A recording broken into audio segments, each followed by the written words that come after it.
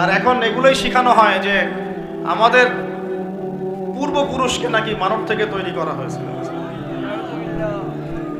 এই আকীদায় যে বিশ্বাস করে সে স্পষ্ট কাফের, যে এরকম কোন আকীদায় বিশ্বাস করবে সে স্পষ্ট কাফের,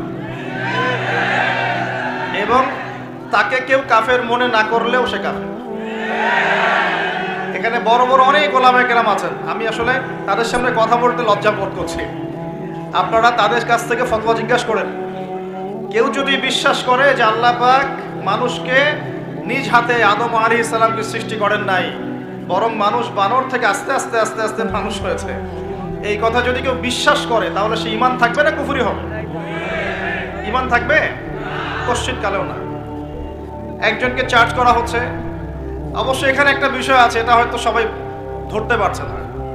এখানে কিন্তু ইস্যু কয়েকটা আছে। একটা হচ্ছে বিবর্তনবাদ, একটা হচ্ছে ইতিহাস বিকৃতি, একটা হচ্ছে ইসলামিক যে মুভমেন্ট সেটাকে সবার সামনে নেগেটিভলি উপস্থাপন করা।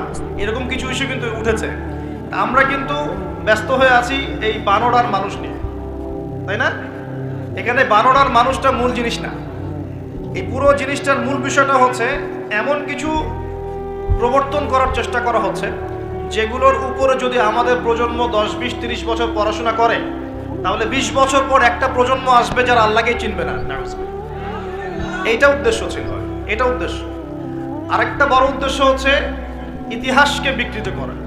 খেয়াল করে দেখবেন ফরায়েজি আন্দোলন, হাজী মোহাম্মদ শরীয়তুল্লাহ, তিতুমির, এই যে ইংরেজ বিরোধী বিপ্লবে যারা সর্বোচ্চ নেতৃত্ব দিয়েছিলেন আলহামদুলিল্লাহ, তাদের নামগুলো আস্তে আস্তে আস্তে আস্তে কিন্তু মুছে ফেলার চেষ্টা করা হচ্ছে।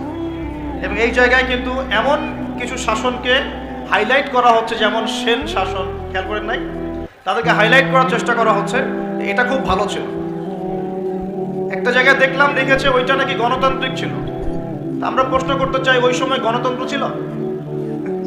সেন আর পাল বংশের সময় গণতন্ত্র বলে কিছু ছিল? কি দিয়ে মানুষকে কি শেখাচ্ছে আল্লাহ ভালো জানে।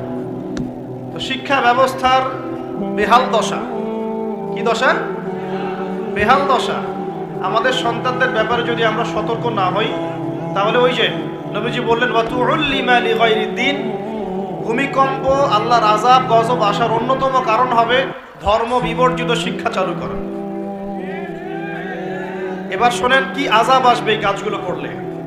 এই কাজগুলো করলে কি আযাব আসবে একটু শোনেন, এরপরে আমি সামনের দিকে যাচ্ছি। কাজগুলো কি? যখন আমরা আমানতের খেয়ানত করব, এক, যখন গনিমতের মাল রাষ্ট্রীয় সম্পদকে নিজের বলে চালিয়ে দিব,